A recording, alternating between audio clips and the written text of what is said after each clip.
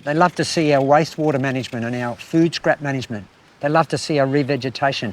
People get inspired by a success story in this world because we belong to nature. We're a part of nature. I don't think we came from Mars. We probably got a bit wayward for the last 200 or 300 years in this excitement of growing and developing and pulling ourselves out of poverty, and pretty tough world 200 or 300 years ago. People love to see that we're moving in the right direction, that we can exist with nature. We can have a really minimal footprint in a place like this. That really inspires people. That inspires me to keep doing it.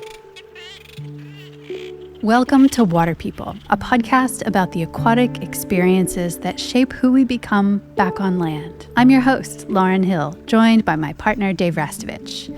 Here we get to talk story with some of the most interesting and adept waterfolk on the planet. We acknowledge the Bundjalung Nation, the traditional custodians of the land and waters where we work and play, who have cared for this sea country for tens of thousands of years. Respect and gratitude to all First Nations people, including elders past, present, and emerging. This season is supported by Patagonia, whose purpose-driven mission is to use business to save our home planet. Today we're in conversation with Peter Gash, custodian and managing director of Lady Elliot Island Eco Resort and CEO of Sea Air Pacific Aviation. Peter is a licensed pilot and has been flying tourists to the Great Barrier Reef for 35 years. In the mid-90s, Pete took the floats off his seaplane and started flying guests to the Coral Cay of Lady Elliot on the southern end of the reef. Not so long ago, Lady Elliot Island was basically unrecognizable. In the late 1800s, it was mined extensively for guano that was used as agricultural fertilizer. By the time mining ceased, the island had pretty much been stripped bare. With no topsoil and no native vegetation remaining, Lady Elliot Island was left exposed, dry, and inhospitable to wildlife. In 2005, Pete and his family took over the lease of the island. In addition to running a world-class eco-resort, they've been integral in the regeneration of Lady Elliot's unique ecosystems. In 2018, the island was selected as the first site for the Great Barrier Reef Foundation's Reef Islands Initiative, a bold program focused on building climate resilience across key reef habitats. In 2020, Peter was the recipient of an Order of Australia Medal, that's an OAM, in the General Division in the Australia Day Honours List for his service to ecotourism and aviation. We sat down in the midday shade of thriving canopy, and you'll hear lots of bird chatter around us and at least one reference to a bird's lucky strike.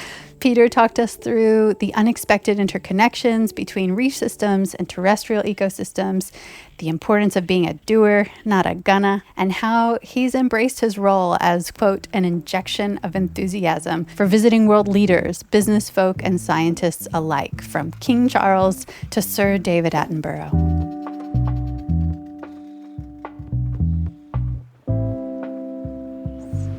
Pete, will you tell us about a time or experience after which you were never the same? It's been many of those in my life. I consider myself so fortunate to live and work in such a spectacularly beautiful part of the world. And so, yeah, there has been many, but it's a great question, and it makes me think back to a moment in time here on Lady Elliot Island when I was out with some friends and a mother whale came along and she had a baby, like a little calf. And we were all just snorkeling, and she just pulled up near us. And we're in about 10 or 15 metres of water, and she just stopped, and the little calf stopped. And they went to the bottom, and we just sat there and looked down. Well, Mum can hold her breath for 20 or 30 minutes. The calf can only hold it for a couple of minutes. So the calf would come up and splash around with us, and then go back down again. Then it would come back up, and we couldn't believe it. And we had a couple of really great photographers with us. Cole Baker from Canon, and I actually had Robert Irwin with me on that day, and we couldn't believe this little calf's coming and going, well, Mum's just decided this ain't good, I must go and have a look. So Mum came up, and there was probably 5 of us by then that had joined the group because everyone could see we were having fun. It was just off the beach. And the mother came up, and she came right up between us, and I kid you not, she turned and looked at us all, and Colin had his camera with a big glass lens, and she had her pectoral fins out, and she turned like this to look at us all, and her pectoral fin went within a couple of inches of his glass. And to this day, I swear she knew exactly where the dimension of that fin was. Wow. She went around and she's obviously thought, these guys are cool. So down she went and sat on the bottom, and the little guy, he kept going up. This went on for over an hour. Over an hour. Wow. And some of the vision, all of us that were there look back on it, and Robert's photos have become quite famous, and Colin did worldwide interviews about that event because he posted that vision, like he had video of when she went whoosh and swam around. I just couldn't believe the presence of that animal and the intelligence of that animal. And then the little guy, you know, and she's checked us out and she's gone, yeah, they're okay. So she's gone back down again, and it went on, and then she came up, and eventually they swam for a little bit and they stopped again. It was just like, you know, you have a whale experience now and again, and it goes for a couple of minutes maybe. I've had a lot of those, but that one just went on, and it just never stopped being exciting. So I think that's probably one of the many, but instantly comes to my mind is possibly because there's so many photos of it. I've got some on my walls at home that a couple of the guys that were there took, and the video and the memory of it, because it was I think the word is viral. It went viral in the social media world. So you heard about it and you saw it and you remembered it, you know, you relived it. Do you think that you felt different like before and after that in some way? Yeah. I mean, I've always felt close to nature, and I've always felt that we're a part of nature. I've always felt it's a bit like a drop of water in the ocean. We're just a drop of water. We're just a drop in the natural environment, and we're a part of the environment. And I've always felt that way and seen that way. And you're here now and you're seeing what I mean. It's almost a Galapagos experience or a Lord Howe Island experience where the wildlife is not frightened of people. When we first came here, this fishing was available and spearfishing was available. You could do all those things. So the wildlife here was a bit more tense. It was, you know, maybe a bit more cautious of humans, but we got it declared a green zone. No take, no fishing, no spearing, no touching, no taking. And besides the odd person doing something they perhaps don't realise they shouldn't do, it doesn't happen much. So this place brings you close to nature, and it's kind of odd for a bloke who raced motorbikes for a living to all of a sudden appear to become a conservationist. But I think deep down inside, I was always that way. I was always a conservationist. But when you're young, you take a while to find your feet and find your direction and just feel who you are and where you are on this planet. I often say it's not about making a fortune. It's a busy little business. This is a business. But for us, it's not about making a fortune. It's about making a difference. And what we've done here with the resources that the tourists that come out here give us, the tourists spend a lot of money with us, so we use that money wisely to protect and preserve and conserve for our future generations. Because I often say to people, don't have your children come to you one day and say, hey Dad, hey Mum, why didn't you do more to protect the planet? And it's not just about climate change, it's not just about global warming, it's about ocean rubbish, land rubbish, all the things we're doing that we are starting to realise we shouldn't be. So, and what have you seen that makes a difference for people in connecting to the sort of sensitivities that you've developed? People really love to see success in the form of alternative energy. You know, we make all our own power here from solar, and we use that power to desalinate all our water. People love that. They write you letters. They've been here from all around the world, and then they'll write you a letter and say, wow, I loved what you do there. And then they'll send you something they might have seen up in Europe or up in the UK or you know, somewhere else. They love to see that. They love to see our wastewater management and our food scrap management. They love to see our revegetation. People get inspired by a success story in this world because we belong to nature. We're a part of nature. I don't think we came from Mars, you know. I don't think we appeared off another planet. I think we evolved here. But we've got this amazing brain, and our amazing brain, which is remarkable, and we've all got one, and I don't think any of us are better or worse, just some of us have learned how to use it. We probably got a bit wayward for the last 200 or 300 years in this excitement of growing and developing and pulling ourselves out of poverty and, you know, because pretty tough world 200 or 300 years ago. So those people were just struggling to survive. So they did a lot of stuff that we now look back on and go, people love to see that we're moving in the right direction, that we can exist with nature. We can have a really minimal footprint in a place like this. That really inspires people. And that inspires me to keep doing it. What really inspires me about the story of Lady Elliot really comes back to you and the difference that one person can make. I mean, all of us, I think, are susceptible to the overwhelm at a lot of the major issues going on the planet, be they social, environmental, political. But Lady Elliot, for me, is just such a beacon of hope, and that comes back down to one person, you, with a team, but you having a vision and taking action and not being daunted by something seeming unlikely or impossible. Can you talk us through your relationship with the island, when it started and how it's evolved? Yeah, well, as I said earlier, I was racing motorcycles for a living, motocross, in the bush, brap, brap, brap, and seems like a fairly wild thing to do. But I was a young fella and I just was fortunate.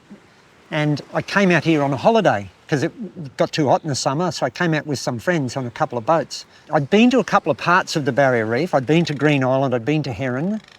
So I'd seen some of the beauty, but I was only quite young. I was 21, I think. And I came here, and there was two boats, and there was a young girl who I knew on the other boat, and I was on this boat. And we came ashore, and it was like, whoa. There was virtually no trees, virtually no birds, but we went snorkeling, and it was stunning in the water, and we saw mantas. This place was like a desert. It was barren, and there was all this coral rock that you see here now, and no vegetation. And so it was rough. So we decided to leave, and we went to Lady Musgrave, which is the next island across, 20 miles away. And we stayed there, and it had this beautiful forest and beautiful coral and soil. So I've gone, why is that one so beautiful and this one here has been so damaged? So I went back to my world and did my thing for a couple more years and did homework. Discovered this place had been mined, strip mined for guano, bird poop. Took all the vegetation, 2 metres of guano they'd taken off it. So it was just this wild dream, I guess, or this almost impossible dream that I'd one day love to have a business going there, just to improve the place, but to show it off, to share it, let other people experience it. So that went on over a period, and I quickly realised that to do it, I needed to be able to fly airplanes. I didn't have a pilot's licence, but I'd always wanted to have one. So I quit racing, married that young girl, still married now, 42 years later. Wow. And talked about this place. Everyone laughed at me. I said, I'm going to run a business up there. Man, how are you going to do that, So we had to work real hard. I had a goal, 2 days work a day, 7 days a week, because I had to pay for my first airplane and then pay for, it was just, we had to make money to get started. So to us, money was a tool to do what we wanted to do. And so we started initially to Musgrave because there was someone else here with a tiny little resort, but they didn't even understand the word eco. And I was still trying to understand. And you're talking the late 1980s, early 1990s. Climate change was hardly a word. Coral bleaching was hardly a word. Hardly anybody knew about it. But I first saw coral bleaching in the early 90s from the air as I came into land at Musgrave and wondered about it. And this place was chipping away in my mind, but someone else owned it. So how was I going to get it? This kid with bugger all, really. We had an airplane, but the debt was bigger than the airplane. We had a business where we worked from, but we had massive debt. We were very brave in that we took on debt because we knew that was the only way we were going to get to where we wanted to go. You couldn't do what we do without expensive assets, expensive equipment. Because you'd say, why don't you bring people here in boats? Well, it's such a long way. You've just come here in a boat. So it precludes a lot of people from coming here. It still is expensive. And when you look at the fuel burn per nautical mile, with those airplanes that we've got now, they're very economical things. So we pushed towards airplanes. We came here and we got to know the guy who owned it while we were flying elsewhere. And he was an old fella, and he was a tough old fella, and I was a young fella. By then I was in my early 30s, and I'd gone to one of the things I flew up in, a Cessna Caravan, and it was the first one in the country, and it was $1.5 million. Every airplane I'd bought up to then was like $100,000. So I just jumped off the cliff, put everything we had on the line. I knew I needed a good airplane, so we bought one, up to here in debt. Massive risk, because if we didn't keep it busy, we're going to lose it. We're going to lose our house and everything we'd worked for. But I knew that if I didn't get that decent piece of equipment, I could never do it. So we did. And the old guy took to me because he said, his words were, "You got sting in your tail, son. You remind me of me," he said. "When I was your age, I used to do that." And he started an airline called Sunstate Airlines, and he sold it to Australian Airlines, and it became QantasLink. So the guy who I bought this off, he started QantasLink. And he was a bit similar. Neither of us finished school, but we were both workers and both just had a go. So he sort of dropped his guard a bit for me and he helped me. And so he had aeroplanes, but his engineers couldn't keep him going. By then I'd become an engineer as well, an aircraft engineer. So I said, I'll buy your airplanes, but you have to finance me because I can't borrow any more money. The bank just laughs at me. So he financed me and I would fix them and keep them going. And over the next 10 years we worked together, and in 2005 we bought the lease and away we went. And that was 20 years ago. It's now 2025. And so now we're looking forward to the next 25 or 30 years up to 2050. And we just want to do more of the same, is looking after this beautiful place. So we fell in love with it. We saw this impossible dream. So many people said, you'll never do that. Just wasting your time, you'll never do that. And people who were close to you, who you wouldn't have thought would say that to you. Because Australia's a funny country, and people generally, they probably care for you when they're saying, don't do that, you'll go broke, or you're this, or you're that. Some of them will encourage you. But what really happened that I didn't see early was an enormous amount of people did encourage us and supported us, and we didn't even know. They were behind the scenes helping us, like even the old fella. They were helping us. They wanted us to succeed. So it's wonderful, and thank you for saying one person at the pointy end to make it happen, but that one person can't do it without his team. And that team is bigger than you realise. You know, you've got people that know you, that are supporting you, and you don't even necessarily know they're doing it, because some people don't ask for thanks. But, you know, going in that direction, when you said vision, so many people say to me, oh, you must have had great vision. I go, well, yeah, I did, probably. But so many people have great vision. We all have great vision. To me, in my mind, what I think was different between me and the others with the vision, I went bang and put the rubber on the road, and I just made it happen. Like you, I've watched you in the short time I've got to know you, just make things happen. You just do it. And that's a real key in my mind, is don't be a gunner, be a doer. And I try and teach that to young people. And as you know, we employ a lot of young people here. And half the enjoyment to me is seeing these young people evolve. And they'll come and they'll start with us, they're 18 or 19. I've got so many young pilots that start with me, and they come and they do 3 or 4 years and they go off to an airline. Then they come back, oh, it was the best job I ever had. And you've enthused them, you inspired them to be a doer. I think that's so important. Another part of your story that I love, Pete, is, and you alluded to it a little bit before, was that you didn't go to university, you didn't finish school, you didn't study environmental science, you didn't have a master's degree in conservation biology, but you had and have a deep curiosity and a willingness to ask questions, difficult questions, and to seek out answers. Can you talk about how that curiosity has shaped this place over the years? Yeah. Thank you, that's a great question. And you're right, there was a time when people would say, well, you don't have a degree, you didn't go to uni, so you don't know anything. People are starting to realise that's not necessarily so. And interestingly, citizen science, we see that sometimes scientists are critical of citizen science. But I read a great article recently. 2 of our most well-known citizen scientists, one was Joseph Banks, who came out here with Captain Cook. He had no science degree.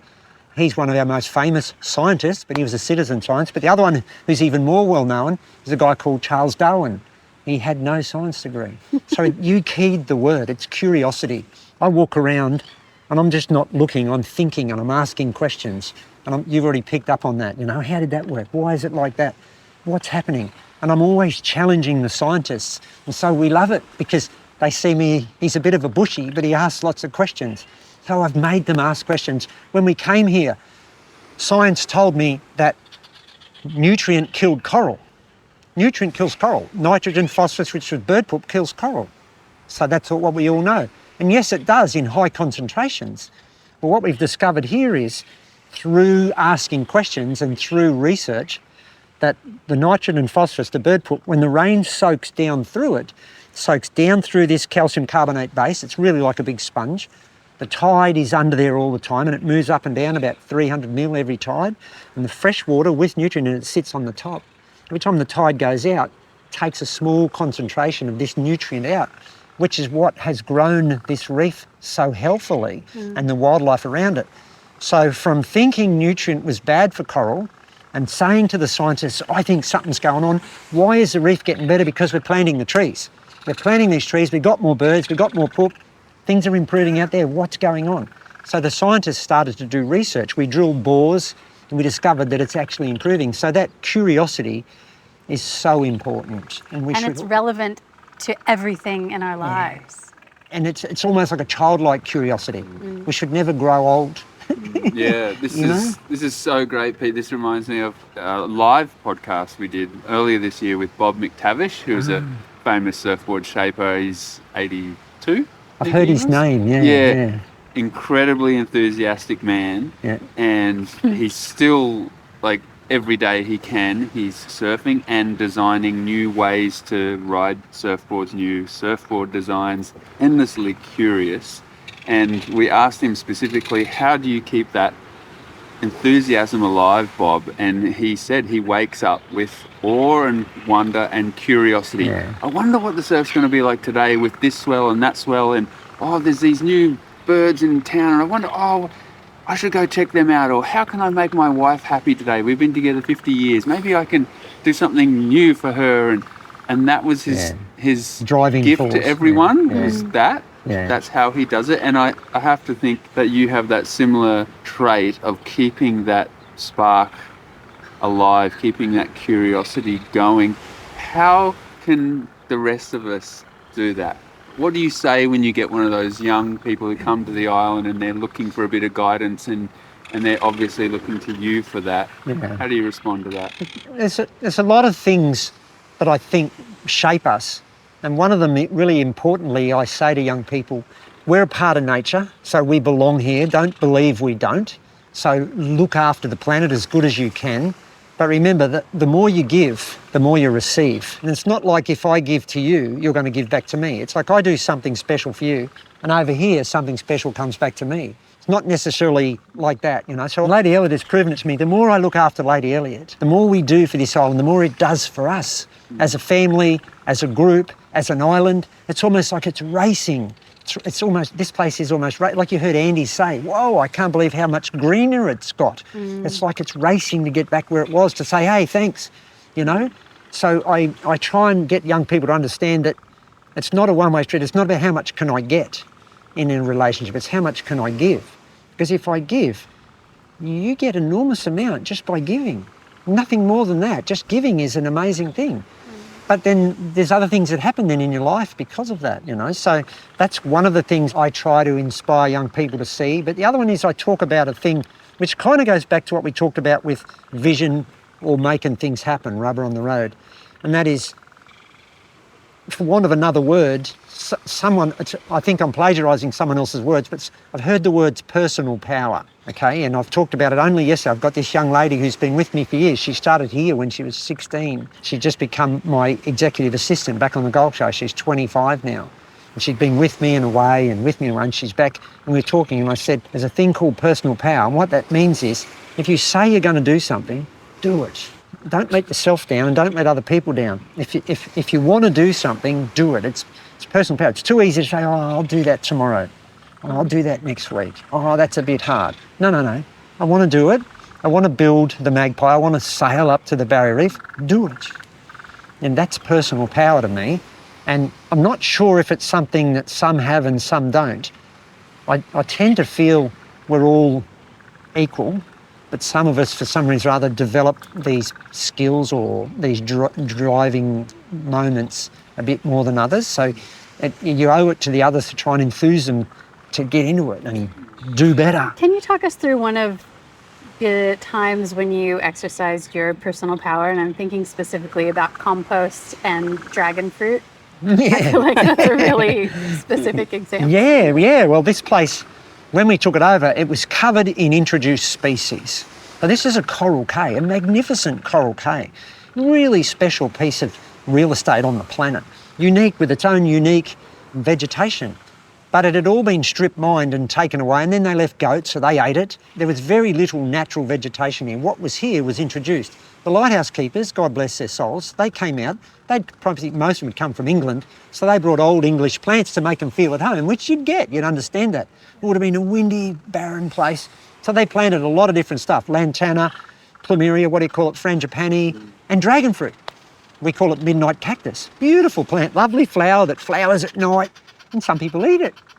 We had 3 big crops, if you want to call that, or outgrowths of dragon fruit. Looked pretty, but it didn't belong here. And when we first started, no one believed we would ever get it back to its natural state. It was like, you're joking, man. You know, it's just not going to happen. Well, yeah, it's going to happen. It might take us a while, but we'll make it happen. So this dragon fruit was massive. And so we brought quite a few of the experts out to help us. It was like, what are we going to do with this stuff? Oh, well, you'll need to pull it down and you need to put it into bins. We'll need to take it off the island because it's rabid, you know, it'll keep growing and you won't, or you can dig holes and bury it. No, that's sounding too hard to me. Nature is. Nature looks after itself, you know. In my mind, there's no such thing as weeds. It's just a plant that's not in its place at that time. But weeds recover. So this dragon fruit, we decided we're going to give it a go. So we pulled it down out of the trees and we crushed it down, and there was a bit of criticism that this isn't going to work. And we thought, well, what do we got to lose?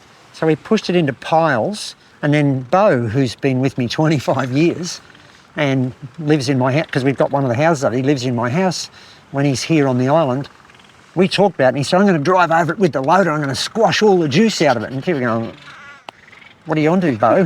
So he's drove over it, and all this juice come running out, and about a week later he's drove over it again, and it slowly crushed down, became magnificent compost. So we just planted all these personias and different vegetation in it. There's no dragon fruit anymore, but there's magnificent compost for the vegetation that belongs here. So we turned a negative into a positive. And I think that's nature in so many ways. Nature's providing for us. We've just got to listen and look, and that's that curiosity thing that we talk about. And paying attention, right? Yeah. There was no guidebook. There was no plan. Plant this here on this side, plant that here, and then it's all going to work. You had to. And some people are going like this. No, there's no book, mate. There's no book on this. No one's done this before. We're going to give it a go. And the way I saw it, what was the worst thing that could happen? Yeah. We'd end up with a big pile of stuff we had to put in the buckets and take away anyway. So yes, it costs a bit of money to do that, but the outcome was fantastic. Yeah. So now we share that knowledge. And as you've already seen, we've got a nursery over there with over 6,000 plants in it. We've got an island here with over 16,000 plants we've planted. So the nursery's brimming with stock. So now there are other islands that are saying, wow, how can we do that? And as I say, the door's open, my nursery's open, our minds are open. If you want to come and talk to us, anything we can share, we will. It's about collaborating and partnerships and sharing. Any plants you want out of the nursery, tell us what you want. We just share, because it'll go away and it'll come back. Because other people come and learn off us. Next thing they're your friend, and then you're learning off them. You know what I mean? And then it's just like this. Yeah. We all get better. If you've enjoyed listening to the conversation so far, consider also subscribing to Water People on Spotify or Apple Podcasts. It'll help other people find the show. And if you're feeling inspired, leave us a review. We love hearing from you. And now a word from the folks who help make the podcast possible.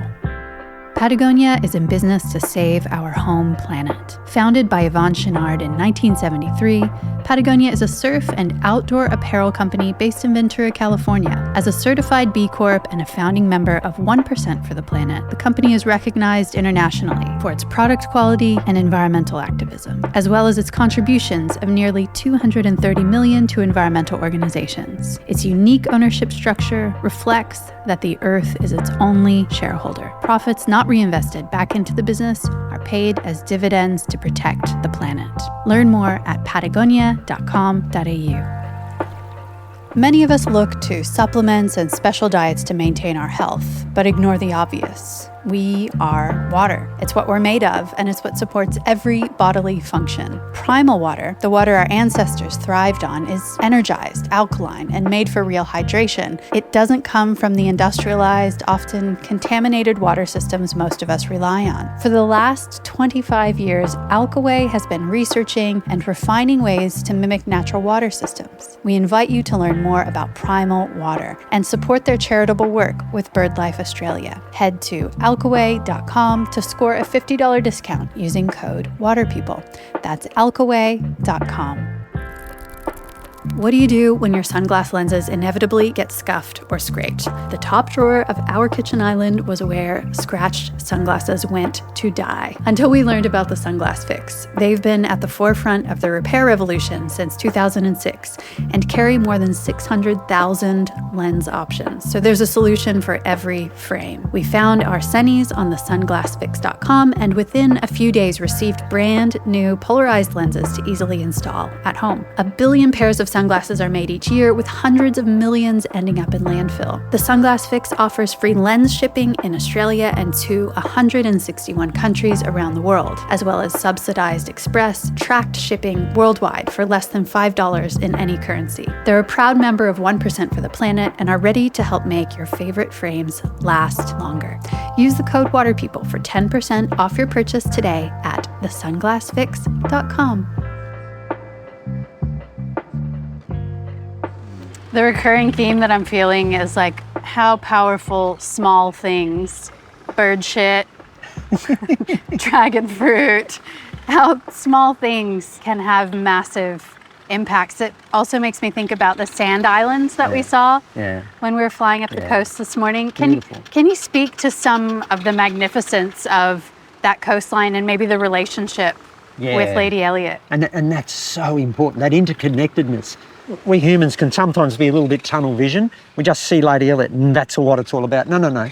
Lady Elliot wouldn't exist without certain things that are happening around it or not happening around it. So we flew up over Gari, Fraser Island, and it's stunning, the world's largest all sand island. And you saw for yourself, it is spectacular from the air, magnificently beautiful. And a protected environment, a UNESCO World Heritage listed national park, as is this place. So just in that short flight, we actually flew over 3 UNESCO national parks. It's amazing, Noosa Heads and then Gari Fraser. But Gari Fraser is all sand, the world's largest all sand island. And it's had some remarkable history, going back to our Aboriginal history, the Butchulla people who lived there for thousands of years, and they called it Gari, which in their language means paradise, because it would have been paradise. You know, not too hot, not too cold. Someone's trying to poop on us. Paradise, you know, that's lucky what happened there. I've been blessed many times. You know why it's lucky? It's lucky because it didn't go in your mouth. Anyway, but it's, the interconnectedness of it is this. Too much agriculture without managing our agriculture. And don't get me wrong, I'm not against agriculture. I started in that world and my family are in that world big time. But it's like what we do here. This was run without necessarily the curiosity and the management needed to make it last. Agriculture needs the same. As we get smarter, and our younger people are getting smarter, and some of the older people too, with our agriculture, we're now managing the runoff and the sediment, because coral doesn't like sediment, doesn't like runoff. Hence the problems you find as you go further north, because there's been so much agriculture. Sadly, the sugar and the sugar cane, we've paid a big price for it. At the time we didn't, I assume they wouldn't have known that, but they're starting to realise it now. But it's the interconnectedness, and that goes even further back. You know, these rivers that feed down here to the Great Barrier Reef, they feed way out. So when you get big heavy rainstorms and lots of rain, you get big flood plumes. The Fitzroy River at Rocky, and then the Burdekin River up in Mackay and Townsville and up through those areas, those flood plumes come out and that sediment settles on the coral and it kills it.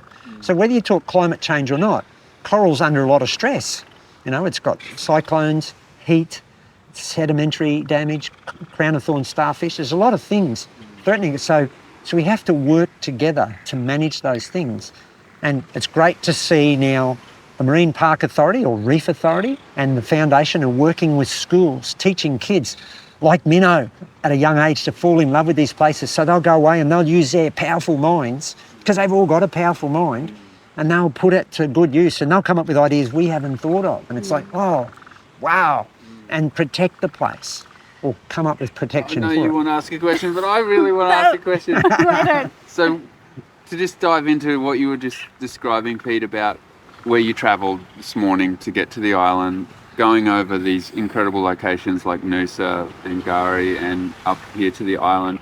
We've just done that similar line, but from even further south, our home waters of the northern rivers of New South Wales, where our rivers are very unhealthy, very, very sick rivers. And we've been travelling this close in track along the coast slowly by sailboat, coming in and sleeping on the edges of those rivers, and noticing as we come north, Noosa River, for example, was the first river that we crossed that was unstraightened. Yeah. It had a natural mouth. Yeah. And then Double Island through to Inskip. Yeah. Inskip, also unstraightened. And then we come through the Sandy Straits and then up through the inside of Gary to the island here.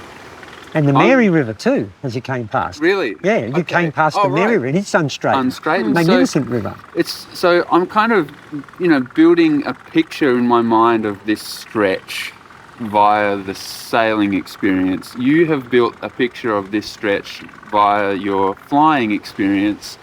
And I would just like to know how you see those places further south connecting to this place right here at the very bottom of the Great Barrier Reef, one of the most celebrated, loved places on the planet, but also kind of mysterious too. There's a lot of mysteries with the reef. We don't fully understand everything that's happening out here. Yeah. Can you, just paint a bit of a picture of your perspective? Because I just think it's so fascinating that you've spent so much time here, but also flying over this with a very observant mind. This is deep, but it's important. Australia, to the best of my understanding, is the only continent that doesn't have a mountain range on the western side.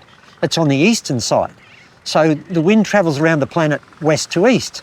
So South America, Africa, North America, as it comes and hits those mountain ranges, it rises and cools and rains across the continent, or snows across the continent. Not in Australia, it comes straight across Western Australia, there's nothing. So it comes across, heats up, dries out, we have this big dry central continent. But what happens is these massive big trade winds come around the southern part of Australia, around the southern component, and they turn, and because it's hot out in the middle, we get these big high pressures, anticyclones. So the wind's turning that way, so it drives this big southeasterly breeze up that east coast that you just sailed up. And a big swell comes up that east coast. And then these massive currents, we got that beautiful EAC, the East Australian current that runs down, but then you've got other currents inshore that run up.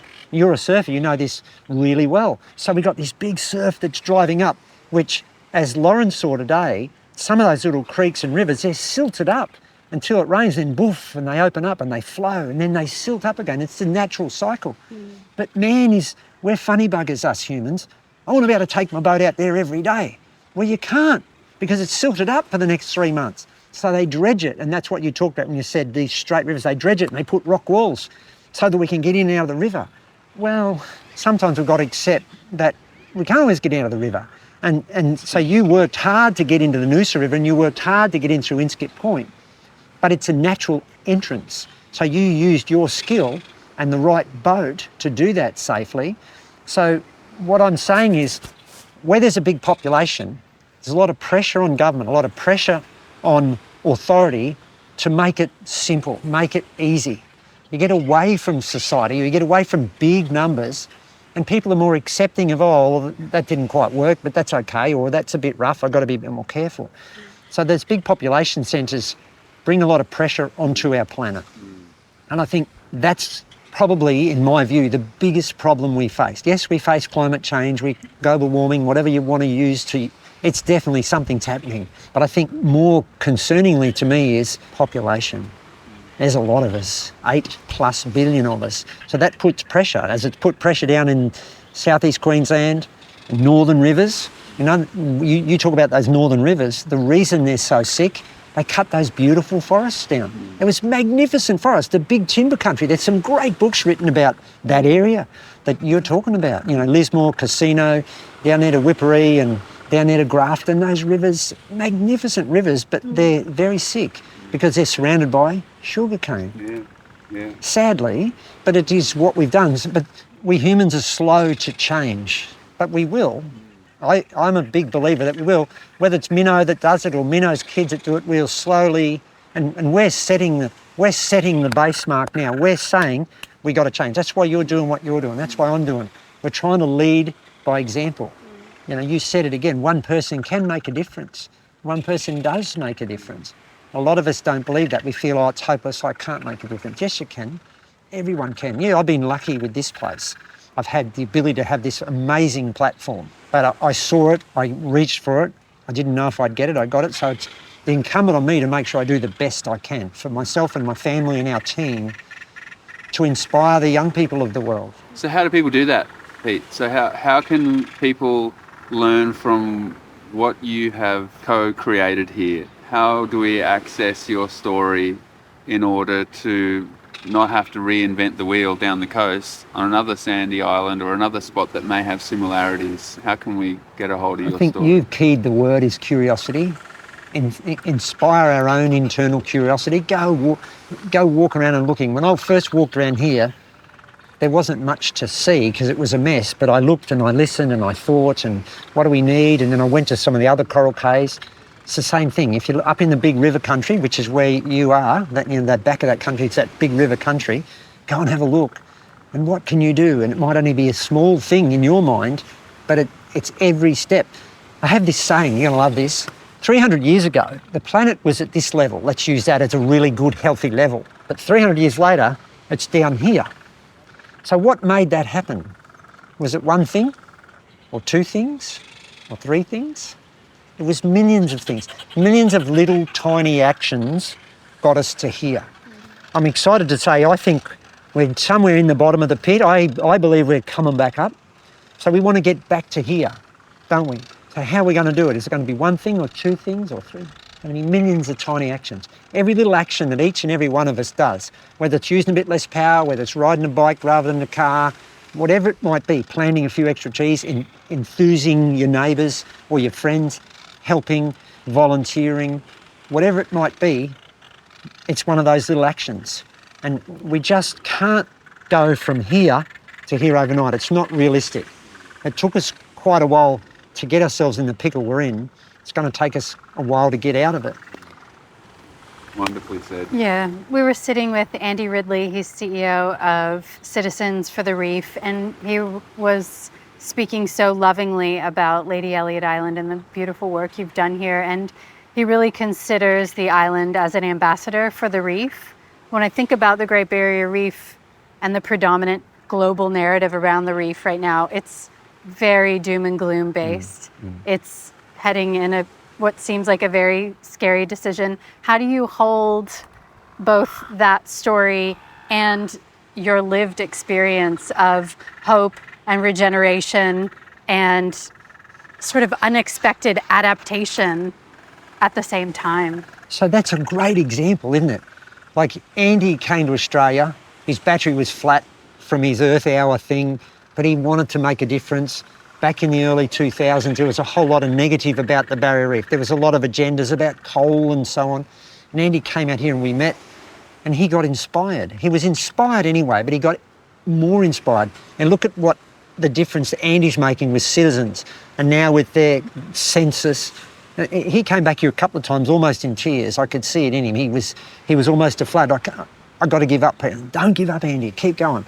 And now he's going and he's on fire, and that Citizens is on fire, and it'll make a difference.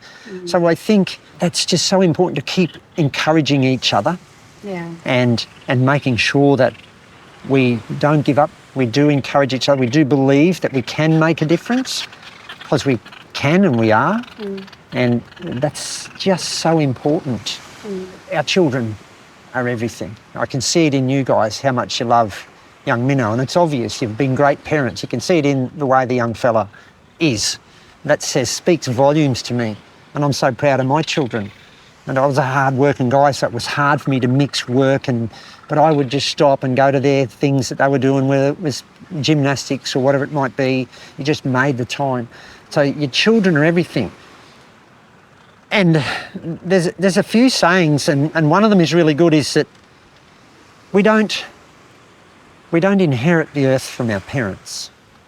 We actually borrow it from our children. So we're borrowing this planet from our children. We're not inheriting it from our parents. So if we don't look after it, what are we leaving our children? We have to believe the hope of human beings is enormously powerful. I mean, sadly, she's just passed away, but Jane Goodall, one of my heroes, she talks about the 4 reasons for hope. And one of them she talks about is the enthusiasm and the energy and the spirit of our young people.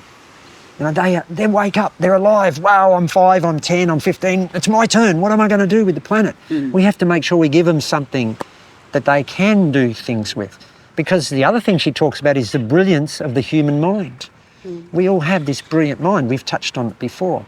So that hope into our children is critical. And we're humans, so we all have moods. And we'll all go in a bit of a hole. I have it. We all do it. You know, don't fool ourselves, I don't think. It's like, oh, something this and that. Oh, you just got to trust yourself to get through it and try not to show it too much because you don't want to pull others down. You've got to try and get yourself out of that hole and be back and be positive. We've survived hundreds of thousands of years as a species, and I think we'll survive for a long time yet. What do you see here on the island that gives you hope? It's just the speed with which it wants to recover. It's screaming at me saying, thank you. It's screaming at me. It's saying, thanks, you know. Did you ever read Lord of the Rings? No. Do it. Too scary. Oh, it's awesome. It's a great book with great lessons and messages in it. I probably read it 8 or 9 times. I probably read it when I was 10 my first time. There's so many lessons in life. Professor Tolkien was a genius and he wrote some amazing things in it. But this place reminds me of that. They came back from their journey to their home and their home was destroyed. All the forest had been cut down. Along the way, this elven queen had given this little tiny thing of magic sand. And what are we going to do with this magic sand? Can we put it there and make one tree grow? And they talked about it. And one of them said, no, we're going to put one little drop of sand at the base of every tree in their forest that had been so destroyed while they were away by the bad forces. So they put this little drop of sand around all the bases of all these trees. The forest went crazy. Every time I look at this, I think of that and I think, this forest is saying, thank you. You're putting us back. And it inspires me to keep going when I have my down days like we all do, you know. Like, life is tough. No one gets an easy ride. No one gets an easy ride. We all battle with our own internal demons as well as external demons. But I think we have to believe in ourselves. I think that's possibly one of my advantages, I suppose, because I had a fairly turbulent childhood. I don't know why, but I came out of it just believing in myself. I can do that. Don't tell me I can't do that. They never tell me I can't. I have a saying, there's no such word as can't in my life. I can. Don't say I can't. So I just believe if I'm going to do it, I'm going to do it. And if I hit a wall and I can't, it's okay. No, hang on. How can I? How are we going to find a way? Or maybe my goal was too high. Maybe we just have to reset the bar.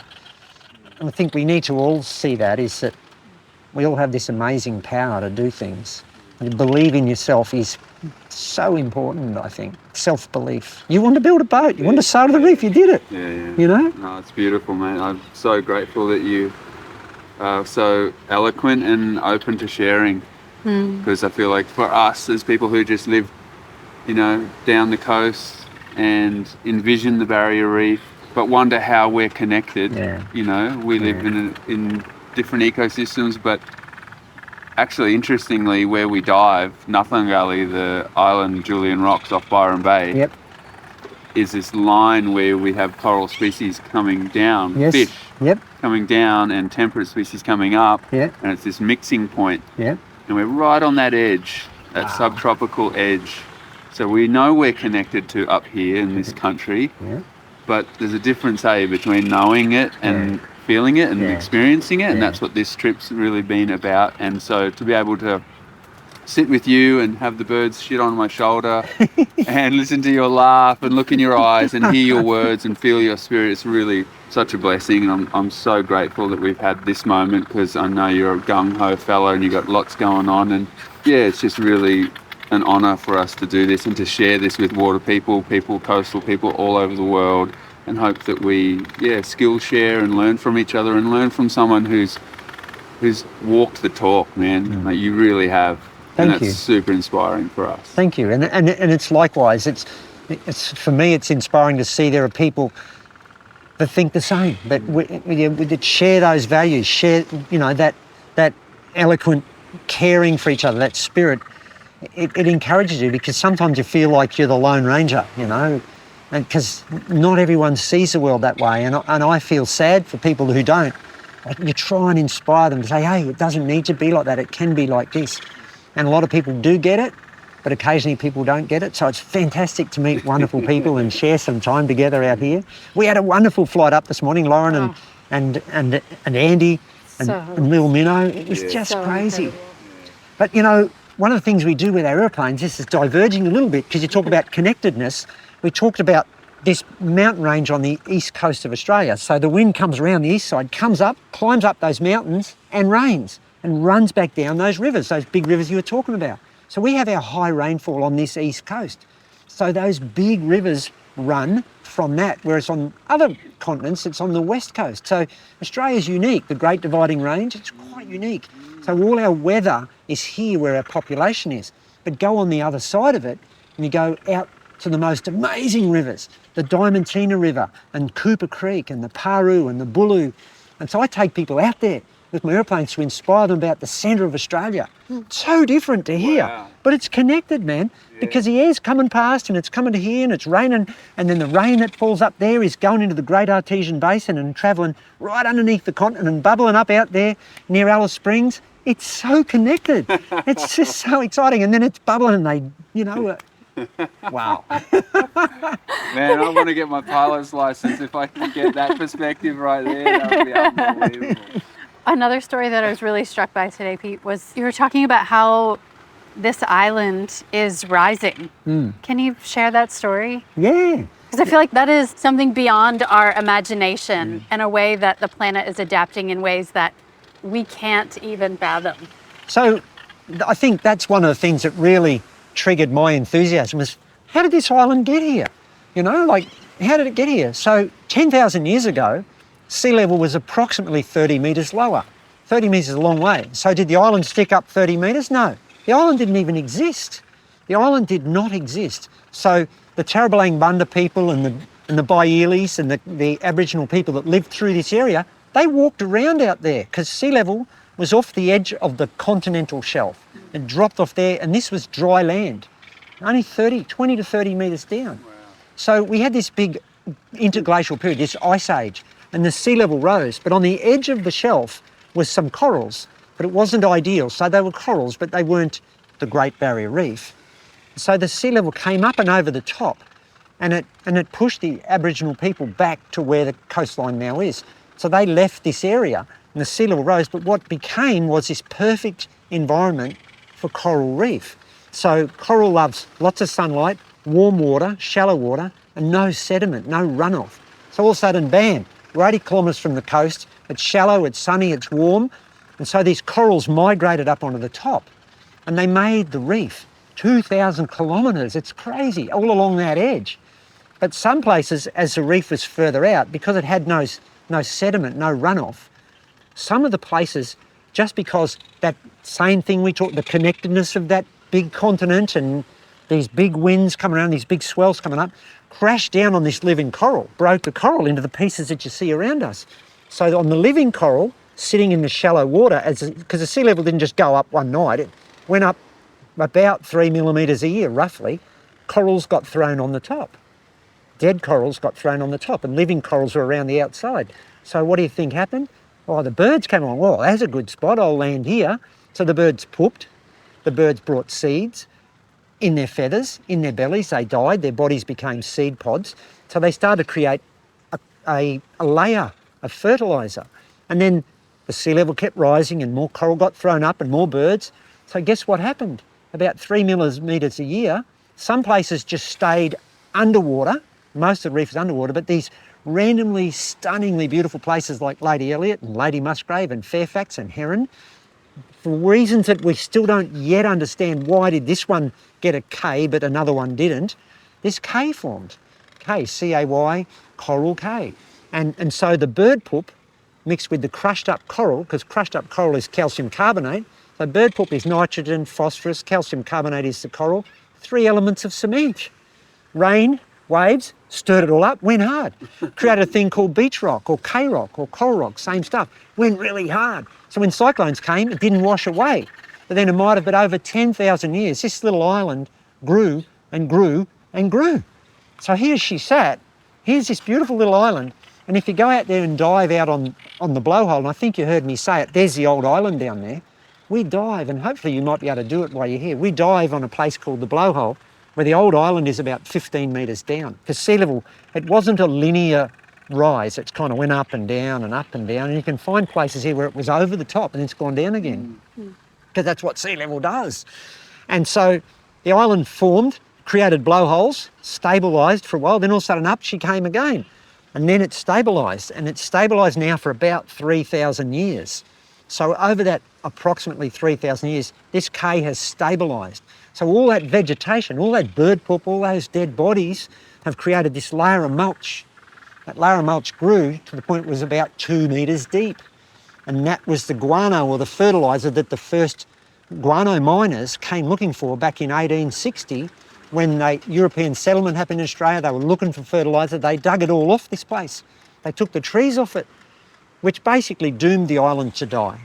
Because there's another one just like this on the northern end called Rain Island. So we're on the southern end, it's on the northern end. Rain has been stripped, but it didn't have the fortunate benefit of tourism. Because tourists coming here, spending their money and giving people like me the ability to make the change, revegetated it. So now the island's actually growing again because the vegetation's regrowing. So the island will rise with rising sea level. How crazy is that? I mean, how crazy is that? It's a dynamic, organic environment. You can smell it. Oh, yeah. And you can feel it. Oh, I love And it's pooping on you. And it's growing one poop at a time. it. That's good shit. It's good shit, eh? No shit. But that's the story of a coral cay. Yeah. And to me, they are such unique environments. There's not many of them. There's only 3 coral cays on the whole reef that have a resort. So it's Green Island up off Cairns, Heron Island off Gladstone, and Lady Elliot Island here. But there's only one of them that has an airstrip. And you might go, oh, what's good about the airstrip? The airstrip makes it easy for us to get here and enables us to have the resources to get stuff and people. And Sir David Attenborough, Prince Charles, now King Charles, these people have been here because they could get here in a short period of time. Eric Solheim, the Director General of the United Nations Environmental Department. So many of these people have been here because they can fly here. Inspires them, enthuses them. They go off to their home country and they talk about Lady Elliot or the things that have been achieved here. Not so much about me, it's about what we've done. The aeroplanes, yeah, I'd love to not use aeroplanes because, yes, I get the fact that there's a greenhouse gas emission from it, but I use the best ones I can, the most economical ones I can. I've invested heavily in electric engines for them. We've now got electric engines. We can't yet get a fuel source that will give us more than 30 minutes. As you know, it's more than 30 minutes here. I don't want to go swimming halfway. So because we've supported people that are building, we went through batteries. We just couldn't get more than 35 to 40 minutes out of batteries. So now they're doing hydrogen electric. I keep hoping that I'm going to fly an all-electric aircraft here before I'm too old to fly. I thought it was going to be 65. That's gone a year ago. So now I'm saying 70. And I keep inspiring all my friends that are scientists that do that stuff. Hurry up, man. We need an electric airplane. But if we don't keep inspiring those blokes, and they're coming out in the next couple of weeks with their whole team, they're spending millions on developing hydrogen and coming out, I'm going to give them I call it a needle, give them an injection of enthusiasm to get that stuff going. I love it. I think it's fascinating that so much has come from flying. Yeah. I've thought for a long time that like our greatest form of activism is our greatest loves. Yeah. Like even if it's obscure, like you're a surfer, like we're surfers. What use does that have in the world? But it's what we have. It's what we love. It's how we connect with people, and we use it the way we can. And for you, it just seems like that flying thread is through the whole thing, and that bigger picture perspective. And then you land on the ground, and you're right there on the ground. And you've seen it from the air. Oh, it's fascinating. You know, those 2 rivers I mentioned, the Cooper Creek and the Diamantina, they're the last 2 rivers on the planet that have not been dammed, not been filled with. Wow. They are magnificent rivers. They drain the whole central Queensland basin and down. They end up in Lake Eyre. Magnificent rivers. So I take a lot of people every year. We do about 25 to 30 trips here in the wintertime. And we take them out and we show them from the air and use the same enthusiasm. I'll land in Birdsville and I'll get them all pumped up, and I'll go to William Creek and Lake Eyre and show them these places. So they go back and it's the same thing. They're putting pressure on their government or their people Stop thinking about mining those rivers or damming those rivers. Now, that's not the reef, but it's interconnected, it's interconnected so closely. Time is precious. Thanks for spending some of yours listening with us today. Our editor this season is the multi-talented Ben Jake Alexander. The soundtrack was composed by Shannon Soul Carroll, with additional tunes by Dave and Ben. We'll be continuing today's conversation on Instagram, where we're at Water People Podcast. And you can subscribe to our very infrequent newsletter to get book recommendations, questions we're pondering, behind-the-scenes glimpses into recording the podcast, and more via our website, waterpeoplepodcast.com.